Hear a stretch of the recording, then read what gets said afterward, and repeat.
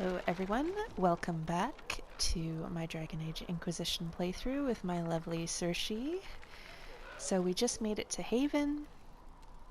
I checked my other recording and everything seems to be okay, which is great. So I'm just going to continue for a little bit, I think, because I've been really enjoying this. It's been nice to get back into this game. That's her. That's the Herald of Andraste. Okay, there's some things you can read on the way here, but I'm just going to go That's her. right She's to stopped the breach from getting any bigger. right to the story here, just to get this started. Chancellor Roderick says that the Chantry wants nothing to do with us. Have you gone completely mad? Chain her! I want her prepared for travel to the capital for trial. Disregard that and leave us. You walk a dangerous line, Seeker. The breach is stable, but it is still a threat. I will not ignore it. I did everything I could to close the breach. It almost killed me. Yet you live. A convenient result insofar as you're concerned. Have a care, Chancellor. The breach is not the only threat we face. Someone was behind the explosion at the Conclave. Someone most holy did not expect. Perhaps they died with the others, or have allies who yet live. I am a suspect? You, and many others. But not the prisoner. I heard the voices in the temple. The Divine called to her for help. So her survival, that thing on her hand, all a coincidence. Providence. The Maker sent her to us in our darkest hour. Ooh, I didn't think about this. Do I want her to believe in the Maker? Because this is a big thing in this game. I feel like she would, based on her background. But I don't want to be like super... You can be really, really into it. Like, you can really believe you're the chosen one. And I don't... I always feel weird playing characters like that. It just feels so... I don't know, over the top. But I don't know. What more do you want?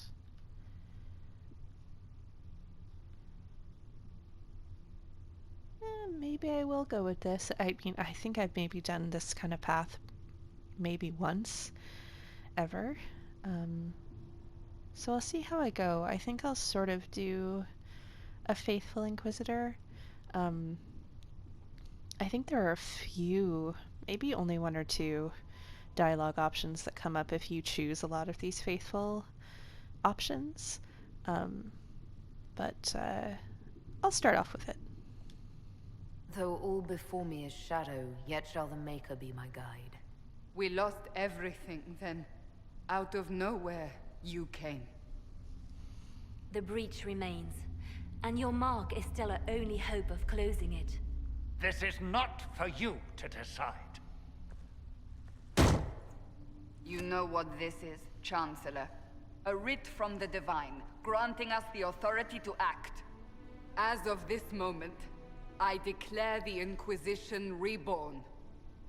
We will close the breach, we will find those responsible, and we will restore order with or without your approval.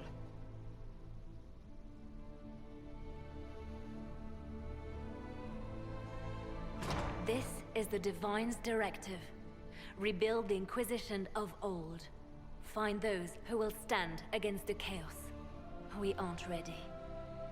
We have no leader, no numbers. And now, no Chantry support. But we have no choice. We must act now, with you at our side. What is the Inquisition of old, exactly? It preceded the Chantry. People who banded together to restore order in a world gone mad. After, they laid down their banner and formed the Templar Order, but the Templars have lost their way. We need those who can do what must be done, united under a single banner once more. But aren't you still part of the Chantry? Is that what you see? The Chantry will take time to find a new divine. And then it will wait for her direction. But we cannot wait. So many Grand Clerics died at the Conclave. No, we are on our own. Perhaps forever. I don't think she'd say either of these things, so... If you're truly trying to restore order, That is the plan. Help us fix this before it's too late.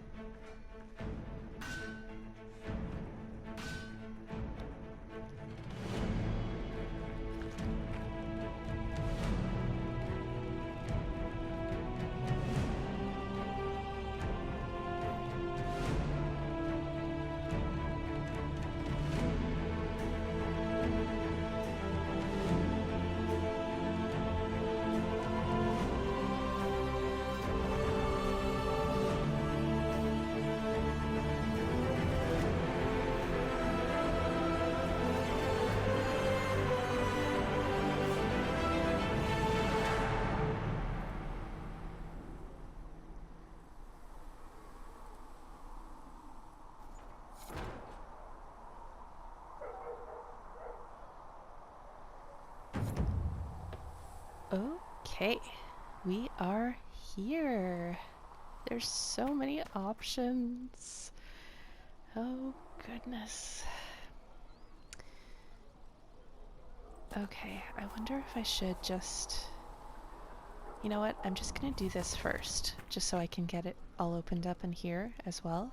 So we'll just go through this little intro bit, and then we can start wandering around.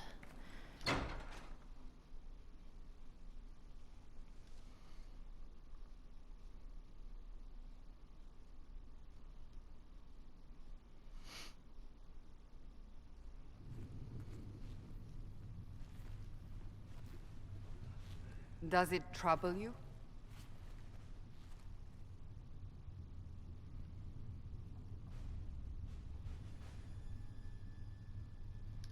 if it wasn't enough to close the breach, what use is it? You did everything we asked of you. And it still didn't work.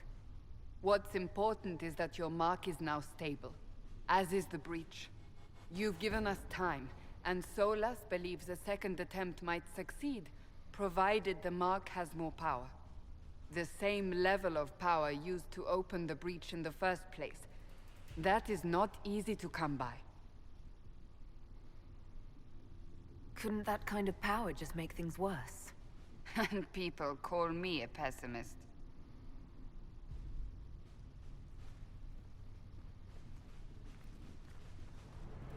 You've met Commander Cullen, leader of the Inquisition's forces. It was only for a moment on the field. I'm pleased you survived. This is Lady Josephine Montelier, our ambassador and chief diplomat. I've heard much. It's a pleasure to meet you at last. And of course, you know Sister Liliana. My position here involves a degree of... She is our spy master. Yes, tactfully put, Cassandra. Pleased to meet you all. I mentioned that your mark needs more power to close the breach for good. Which means we must approach the rebel mages for help. And I still disagree. The Templars could serve just as well. We need power, Commander. Enough magic poured into that mark. Might destroy us all. Templars could suppress the breach, weaken it, so... Pure speculation. I was a Templar. I know what they're capable of. Unfortunately, neither group will even speak to us yet. The Chantry has denounced the Inquisition, and you specifically. They still think I'm guilty. That is not the entirety of it any longer. Some are calling you, a mage, the Herald of Andraste. That frightens the Chantry. The remaining clerics have declared it blasphemy, and we, heretics, for harboring you. Chancellor Roderick's doing, no doubt. It limits our options. Approaching the mages or Templars for help is currently out of the question. Just how am I the Herald of Andraste? People saw what you did at the temple, how you stopped the breach from growing. They have also heard about the woman seen in the rift when we first found you. They believe that was Andraste. Even if we tried to stop that view from spreading... Which we have not. The point is, everyone is talking about you. It's quite the title, isn't it? How do you feel about that?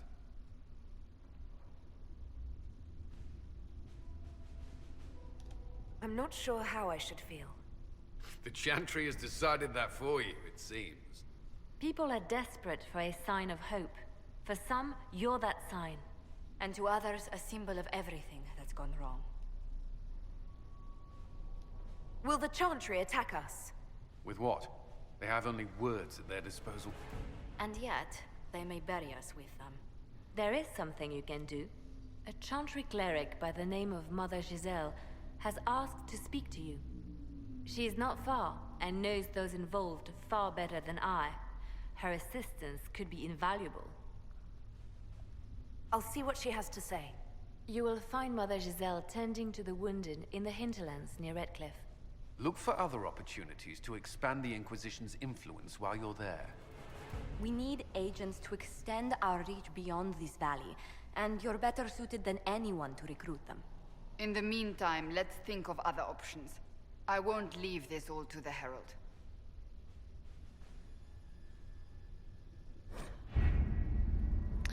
Okay. Time to get into the war table. I think that, some people might not really like this that much. I think it's kind of cool. I think it gives you a lot of interesting background information if you care to read everything, which I do. And you get, some not huge rewards most of the time, but you get some decent rewards out of it. And it's really not that difficult. Like, you can just set people and forget about it and come back and claim whatever you want. So to me, there's really no downside.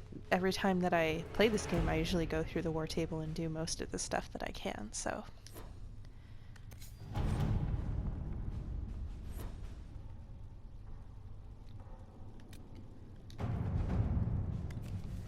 So, scouting. Have you had any trouble with them? Not at all. I will inform you if that changes. I forgot that sometimes they do tend to talk while you're trying to read. They're probably going to interrupt me a couple times. Scout the Hinterlands. Mother Giselle was last seen in the Hinterlands outside Redcliffe, tending refugees who fled the fighting between renegade Templars and apostate mages. The latest reports suggest that the vicious struggle between the two groups had spread to the Hinterlands, catching the refugees and Mother Giselle in the middle. It is vital to protect her and, if possible, restore order to the area. So the only person you can send is Liliana. And honestly, I don't think, like for the other missions on the war table, sometimes it does matter who you send. It kind of affects the outcome. But I don't think it matters who you send when you're doing actual missions like this that cost power when you're unlocking new areas. It just unlocks it. I don't think it really matters. But I'll read her little blurb anyway. Secrets. If Giselle dies, any hope of Chantry support dies with her. My scouts will slip past the fighting, find her, and protect her with their lives.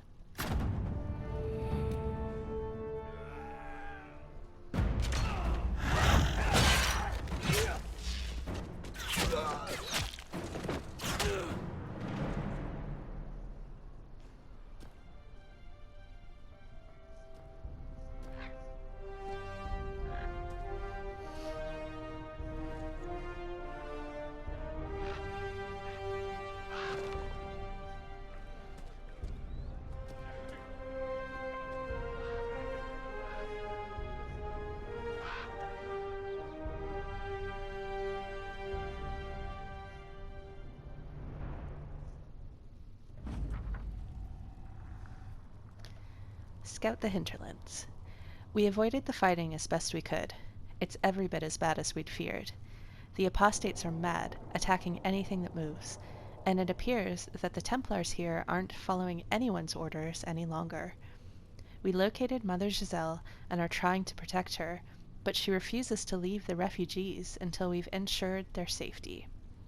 That will be hard to do without troops to push the apostates and the Templars out of the area. Commander Cullen asked me to make inquiries of Master Dennett, a retired horsemaster of Redcliffe who lives in the area. We tried to contact him about obtaining better horses for the Inquisition, but we've been unable to get through the fighting. Lead Scout Harding. Okay, I'm not going to go to the Hinterlands right now, though, because I want to explore Haven a little bit before I head out. And that actually opened up my operations, which is great. So I can start sending people out to do things. So usually there's one that is character specific, which is this for Trevelyan. So let's just do this one. Deal with relatives of the Trevelyan's. Letter from an Inquisition diplomat to Ambassador Montelier. Dear Lady Montelier, it is true. Distant relations of the House Trevelyan are claiming close friendship with the Herald of Andraste. A boast is one matter, but the boundaries of tact and decency appear to be invisible to these mountebanks. During a ball in the South Quarter, I witnessed a cousin 5 times removed from Lady Trevelyan threaten to have the Inquisition fight his rival. He quickly left the party after I made my connection with the Inquisition clear, but the problem stands. We must deal with the Herald's relatives taking her name in vain. From Lady Buttlefort. Great name. Okay, so Josephine says, this sort of thing is inevitable. Your relations may become much more circumspect if we promise them future favors.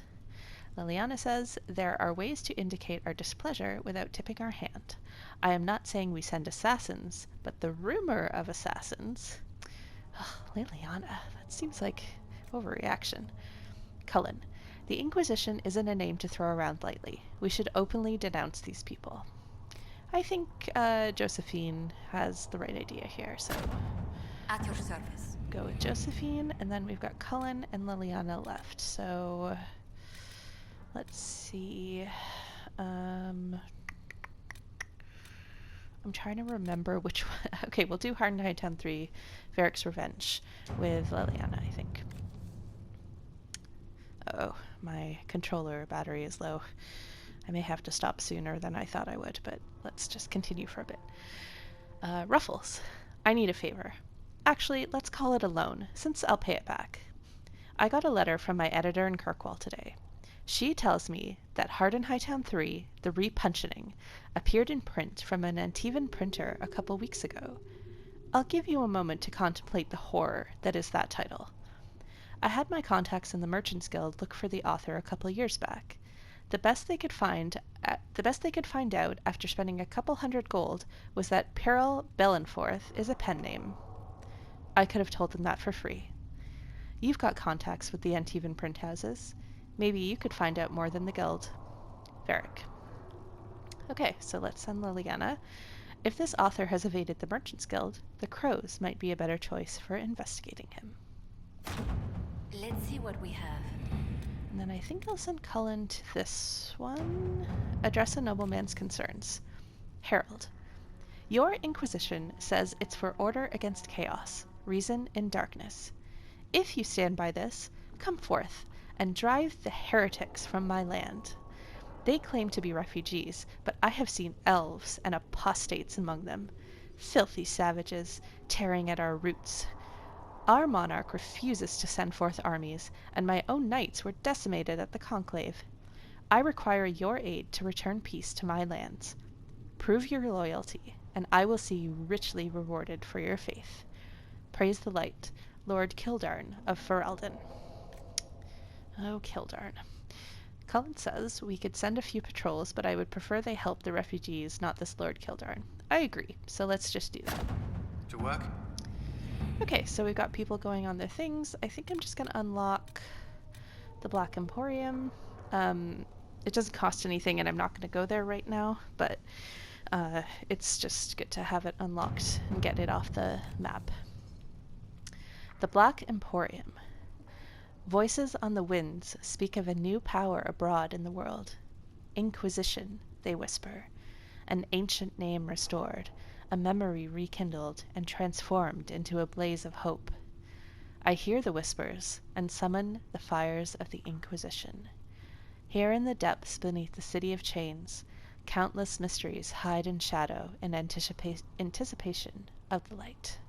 Come, the Black Emporium awaits.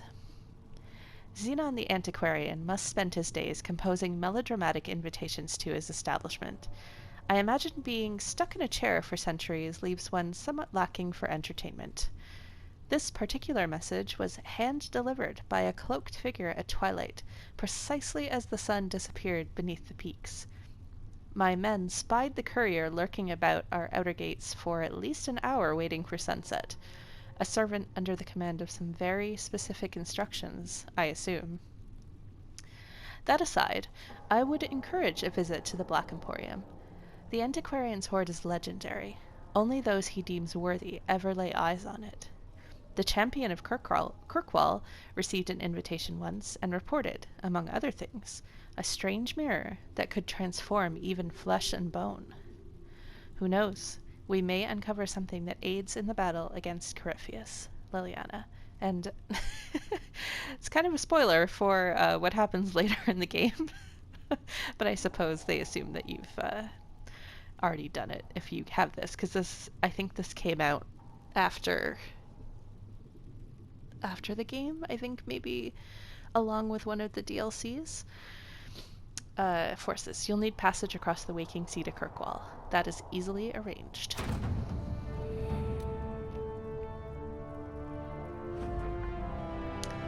A ship has been secured. Be wary of what you find in the Black Emporium, Inquisitor. I have heard many frightful tales. Cullen. Okay. We're not going to go there either, so I think I will just head out and take a little wander and read a couple codexes, but my controller is dying, so I think I may have to make a little bit of a shorter episode this time.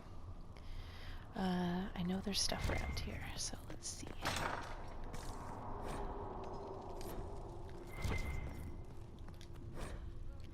The Maker. There was no word for heaven or for earth, for sea or sky. All that existed was silence.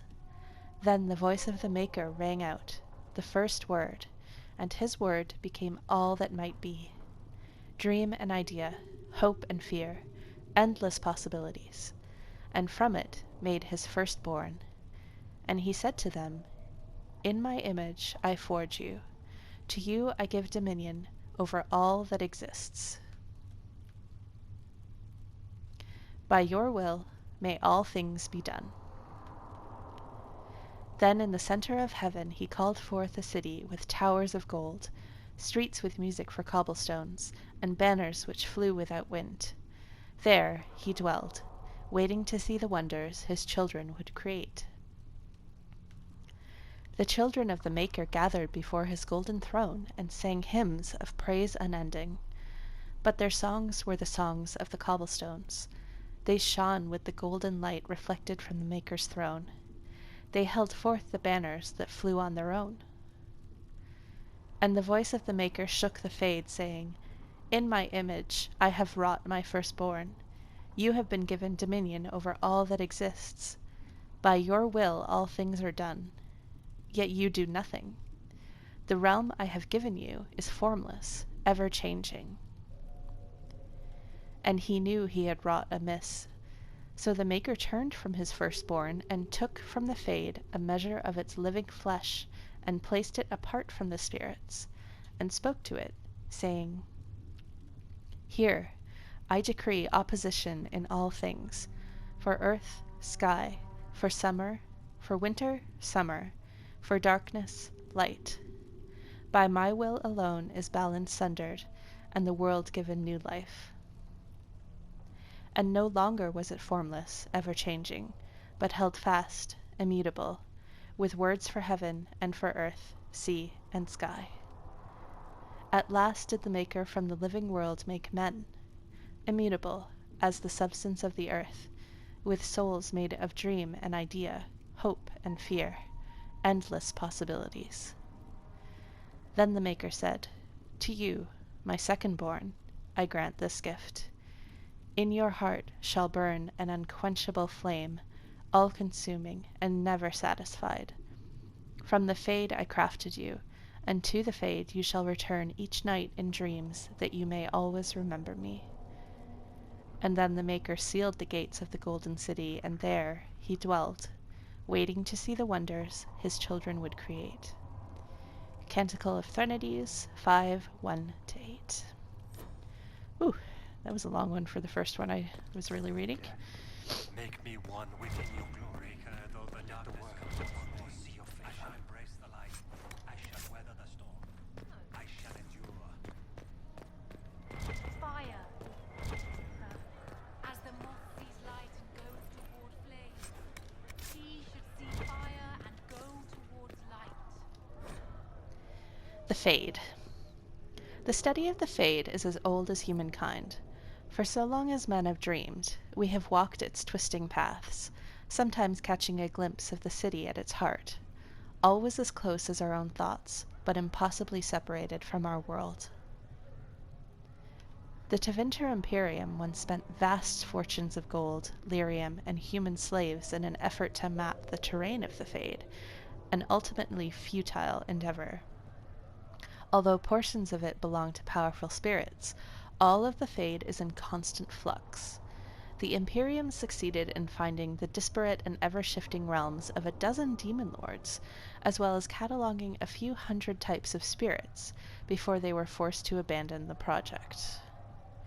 The relationship of dreamers to the Fade is complex. Even when entering the Fade through the use of lyrium, mortals are not able to control or affect it. The spirits who dwell there, however, can. And as the Chantry teaches us, the great flaw of the spirits is that they have neither imagination nor ambition. They create what they see through their sleeping visitors, building elaborate copies of our cities, people, and events, which, like the reflections in a mirror, ultimately lack context or life of their own. Even the most powerful demons merely plagiarize the worst thoughts and fears of mortals, and build their realms with no other ambition than to taste life. From Tranquility and the Role of the Fade in Human Culture, by First Enchanter Josephus. Excuse me. There is but one God, and he is our maker. A Chant for the Departed. The light shall lead her safely through the paths of this... This is going to be awkward because these people talk a lot right beside me. Okay, it's not too long. I'll try it again. A Chant for the Departed. The light shall lead her safely through the paths of this world and into the next. For she who trusts in the Maker, fire is her water. As the moth sees light and goes toward flame, she should see fire and go towards light.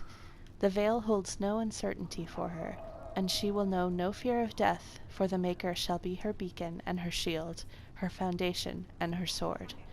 Transfigurations 10:1, often sung by mourners as they light candles. Okay, going in here does a cutscene. Or, sorry, going in here is fine. Going into Josephine's has a little bit of a cutscene, which is fine. Oh, stink.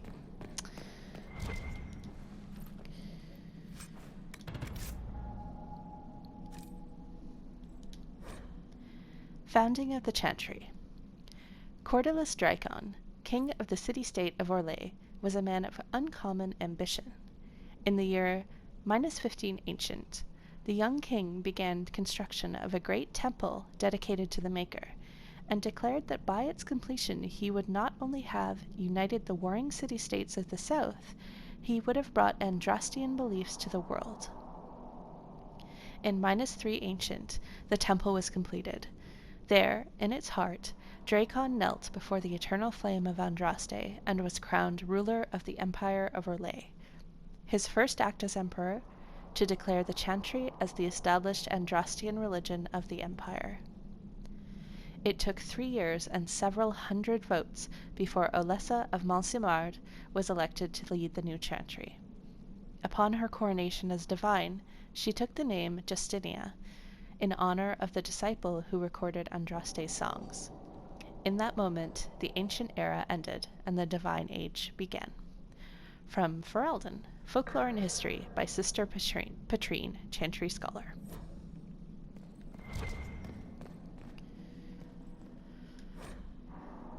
Chantry Hierarchy.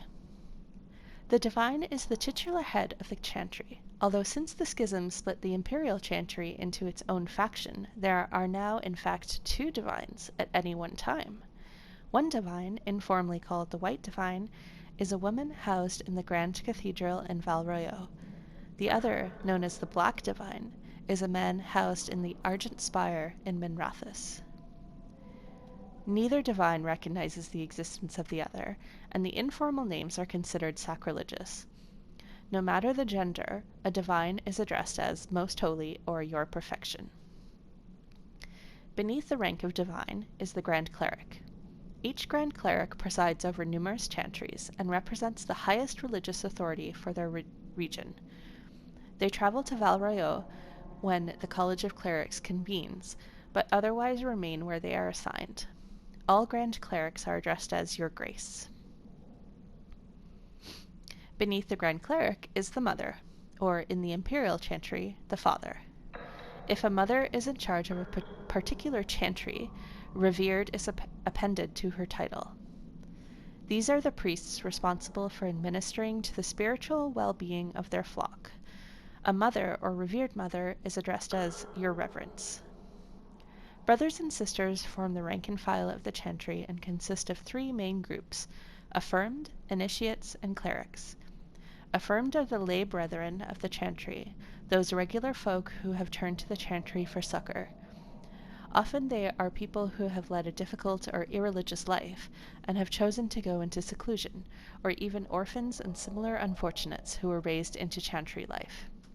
The affirmed take care of the Chantry and are in turn afforded a life of quiet contemplation, no questions asked. Only those folk who take vows become initiates. These are men and women in training, whether in academic knowledge or the martial skills of a warrior. All initiates receive an academic education, although only those who seek to become Templars learn how to fight in addition. Clerics are the true academics of the Chantry, those men and women who have dedicated themselves to the pursuit of knowledge. They are often found in the Chantry archives, sages presiding over the libraries of books and arcane knowledge. The most senior of these clerics, placed in charge of such archives, are given the title Elder, although such a rank is still beneath that of Mother. All other brothers and sisters are addressed simply by noting their title before their name, such as Brother Genitivi. From A Guide for Ambassadors from Ravane. Well, I know I would definitely be a cleric. That's for sure. Ooh, these are long. Oh, gotta get Sarah to open my locks for me once I get her.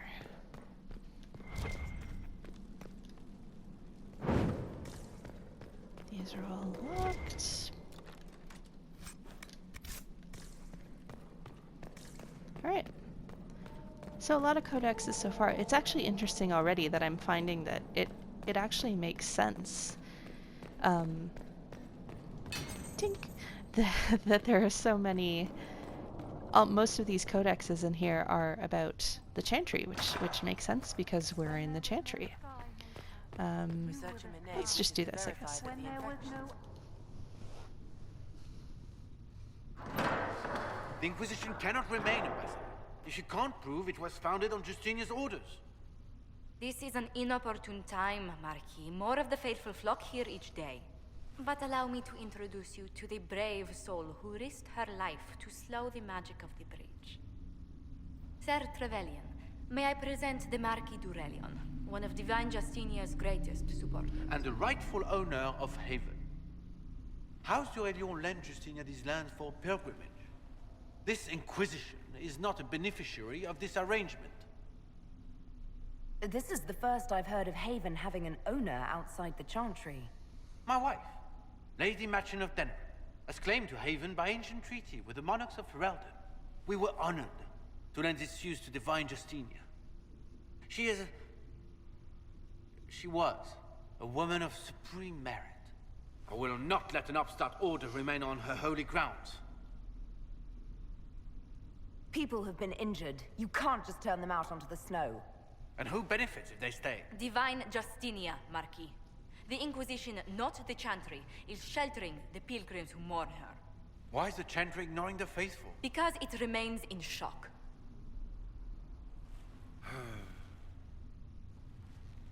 We face a dark time, Your Grace.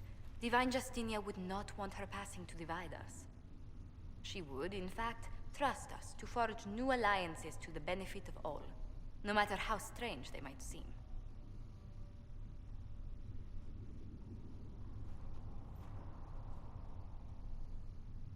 I'll think on it, Lady Montillier. The Inquisition might stay in the meanwhile.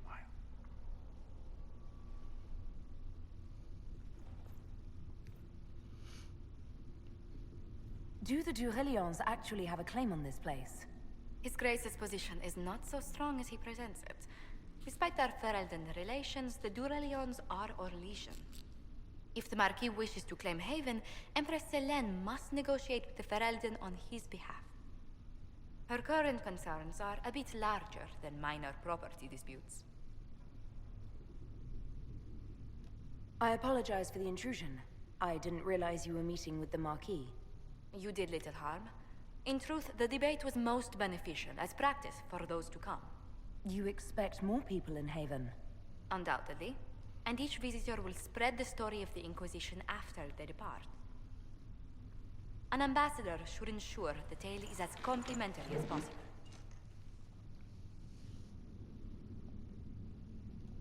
May I ask, what brought you to work for the Inquisition?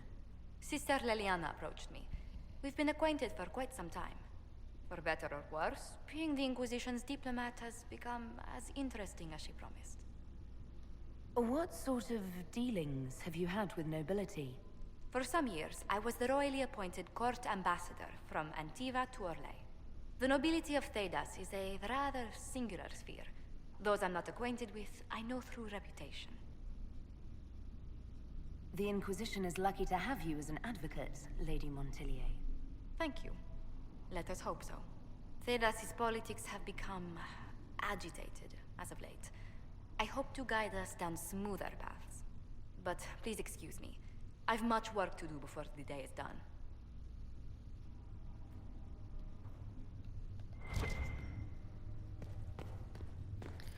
Alright, might as well turn this in here. That will help. And I will talk to everyone and go through all their conversation options and everything. I'm not sure if I'm gonna talk to these sort of little, smaller characters. I might. But not right now. The children of Andraste. There are many misconceptions regarding Andraste's bloodline, monsieur. This is due, I should think, to a general lack of knowledge regarding Andraste's mortal life. Understandable, considering the many cults that arose following her death. Everyone sought to claim Our Lady for their own culture, or claimed some aspect of her existence was a lie, all of them complete fabrications. My order has done considerable research to ascertain the truth. We all know Andraste and the betrayer raised 5 children.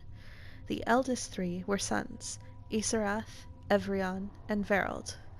The rule of what was once southern Tevinter was split among them. Isarath was given the west, what is today Orlais. Evrion was given the east, what is today the Free Marches. Verald was given the central Planocene, what is today Navarra. What became of these men and their legacies is the stuff of legend, and the majority of claimants to Andraste's bloodline link back to one of them. Oh, sorry, I lost my place. None of the 3 sons, however, were born of Andraste. They were born of the betrayer's concubine, Gillivan. People choose to overlook the fact that Andraste came from the Alamari tribesmen, and that they were barbarians, not the Ferelden's we know today. They were savage warriors who took concubines in addition to their wives, and because Andraste was thought to be too weak to bear children, the betrayer took Gillivan to provide him heirs, which she did. After her death, the sons were raised as Andraste's own. Later in life, Andraste proved predictions wrong and had 2 daughters by the betrayer, Ebris and Viviel. They were kept out of the public eye and not permitted to marry, though both had consorts. Ebris had but 1 child, Ali Vamar, who perished on a voyage to Denerim, less than a month after her mother fell to the plague, and without children of her own. The younger daughter, Viviel, was more controversial, a strong-headed woman who defied her family by falling in love with a mage of Tevinter, Regulin. Viviel and Regulin went into self-imposed exile as the Exalted March began, and into hiding following Andraste's betrayal and murder. What became of Viviel and her descendants is largely unknown for one primary reason. She had only daughters. Each of those daughters only had daughters. They married into other families and took other names, and in the chaos of the Second Blight, all traces of survivors were lost. Andraste's true bloodline, if it exists, lies solely in the descendants of Viviel, and the suspicion of my order is that it produces only daughters. Thus, the claims of your young man, monsieur, are highly suspect. From a letter by Sister Galena of the Augustan Order, Dragon 912. This is a very interesting codex entry, because I'm very, very curious to see if we're going to see any characters that are descendants of Andraste at some point, or if there are characters that we've already met that are descendants of Andraste. It's entirely possible. Okay. How long have I been going for? Okay, I know that was quite short, and we didn't really do that much, but I'm going to stop here because I think I need to recharge my controller. So I'm going to stop. That was fun. I think next time I need to have a glass of water close to me because I kind of forgot how long some of these codex entries are. It's still really interesting to read through them. Like I said, that Andraste one was quite interesting, and it's neat to see the background on the Chantry and how detailed everything is. Like, oh my goodness, there's so much lore in this game. It's absolutely fascinating. Yeah, so that's it for now, and in the next episode we'll just continue through Haven, and we'll talk to each of our companions as well, and finish up the little quests that we've got here, like requisitions and the potions and all that kind of stuff. So thanks for watching, and I'll see you in the next episode.